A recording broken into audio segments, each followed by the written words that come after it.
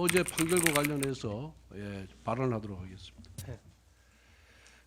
주진우 법률자문위원장입니다. 어제 공직선거법 판결은 누구도 예상할 수 없었던 독특한 법리를 갖다 붙였습니다. 대등 재판부는 판사 3인 중 다수결로 결론을 냅니다. 개별 판사의 편향된 성향이 결국 기괴한 법리를 억지 창조해냈다는 국민적인 비난이 터져 나옵니다. 판결문을 여러 번 읽어도 핵심 논리를 이해할 수 없었습니다. 비상식적이면 어려운 말을 늘어놓게 됩니다. 재판부가 설명 자료를 내지 않은 이유도 알겠습니다. 이상한 판결은 쉽게 설명이 안 됩니다. 이재명 봐주기 판결이라고 생각하는 이유를 말씀드리겠습니다. 첫째, 공직선거법은 후보자 보호가 아닌 국민 선택권 보장을 위한 법입니다. 객관적 사실을 확인해서 알릴 의무는 후보자에게 있습니다. 생업에 바쁜 국민들 보고 알아서 파악하라고 할 수는 없습니다. 대법원도 허위 사실은 선거인으로 하여금 후보자에 대한 판단을 그르치게 할 수 있을 정도로 구체성을 가진 것이면 충분하다고 했습니다. 또 대법원은 사용된 어휘의 통상적인 의미를 고려해야 하고 그 표현이 선거인에게 주는 전체적인 인상을 기준으로 판단하라고 했습니다. 사진 확대와 조작을 엄격히 구분해서 써야 하는 이유입니다. 이재명이 김문기 씨가 하급 직원이라 시장 재직 시에 몰랐고 사진은 조작됐다는 인터뷰를 했을 때와 국토부의 협박 발언을 했을 때의 댓글을 한번 찾아봐 주십시오. 제가 댓글을 한번 읽어보겠습니다. 같이 사진 찍히면 아는 사이냐? 모르는 사람을 안다라고 해야 직성이 풀리냐? 난 믿는다 당당함을. 성남시에서 안 된다고 하는데 3번이나 보낸 이유가 뭐냐? 이게 협박이다. 상위 기관에서 오는 공문을 무시했다가는 감사가 뜬다. 이재명의 발뺌 거짓말에 속은 이루 수많은 댓글이 달렸습니다. 2심 재판부가 복잡하게 판결문을 써봤자 수만 개의 일반 국민들의 댓글들을 다 감출 수는 없습니다. 선거인을 기준으로 해야 하고 전체적인 인상으로 속은 사람이 있다면 허위사실 유포로 처벌되는 것이 우리 선거제도의 기본 원칙입니다. 이 원칙은 국민의힘 의원들도 규율 받습니다. 국민과 민주주의를 위한 규칙이기 때문에 지켜야 합니다. 둘째, 골프 사진을 확대했을 뿐인데 조작이라고 판단한 것은 국민들을 우습게 하는 말장난입니다.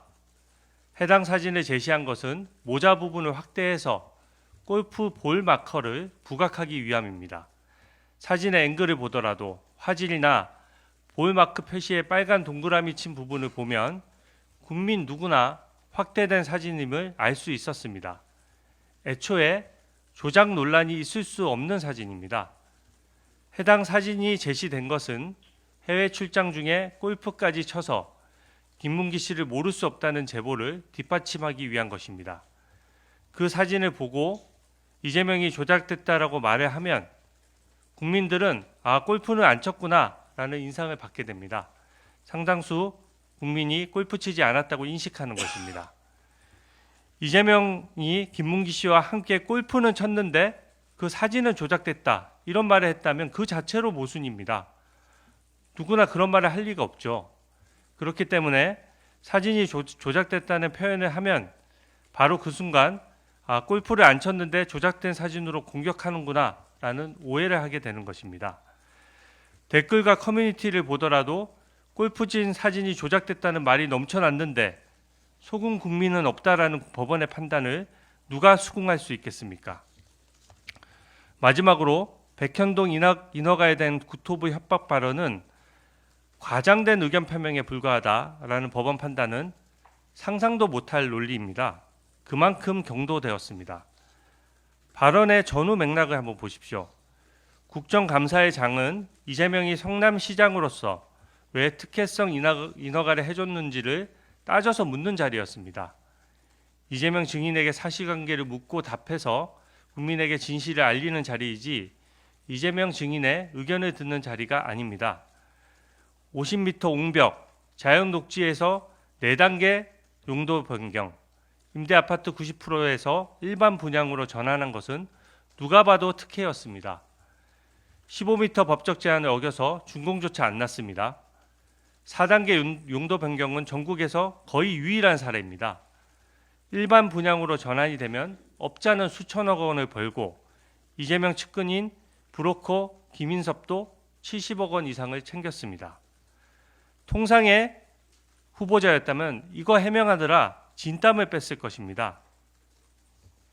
그런데 이재명은 단 한마디로 이 큰 특혜 의혹을 피했습니다. 내가 한 것이 아니다. 국토부 공무원이 직무유기로 고발하겠다는 협박을 했다. 법에 의한 강제 조항이 있다. 어쩔 수 없었다는 거짓말로 빠져나간 것입니다. 이 이재명 대표의 발언이 의견 표명에 불과했다면 왜 1심에서 2년 2개월 가까이 50명 넘는 성남시 국토부 공무원들을 전원 불러서 직무유기 고발 협박이 있었는지를 하루 종일 따져 물었습니까?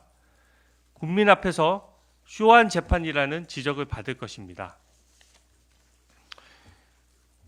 윤도한 전 한나라당 의원은 건설교통부에서 울산 언양 고속도로 통행료 폐지를 약속받았다라는 이 말 한마디로 당선 무효형을 선고받았습니다. 국토부 공무원으로부터 협박을 받았다는 말이나 약속을 받았다는 말이나 뭐가 다릅니까? 이재명 대표가 권력자라서 특별 대우해 주는 것입니까?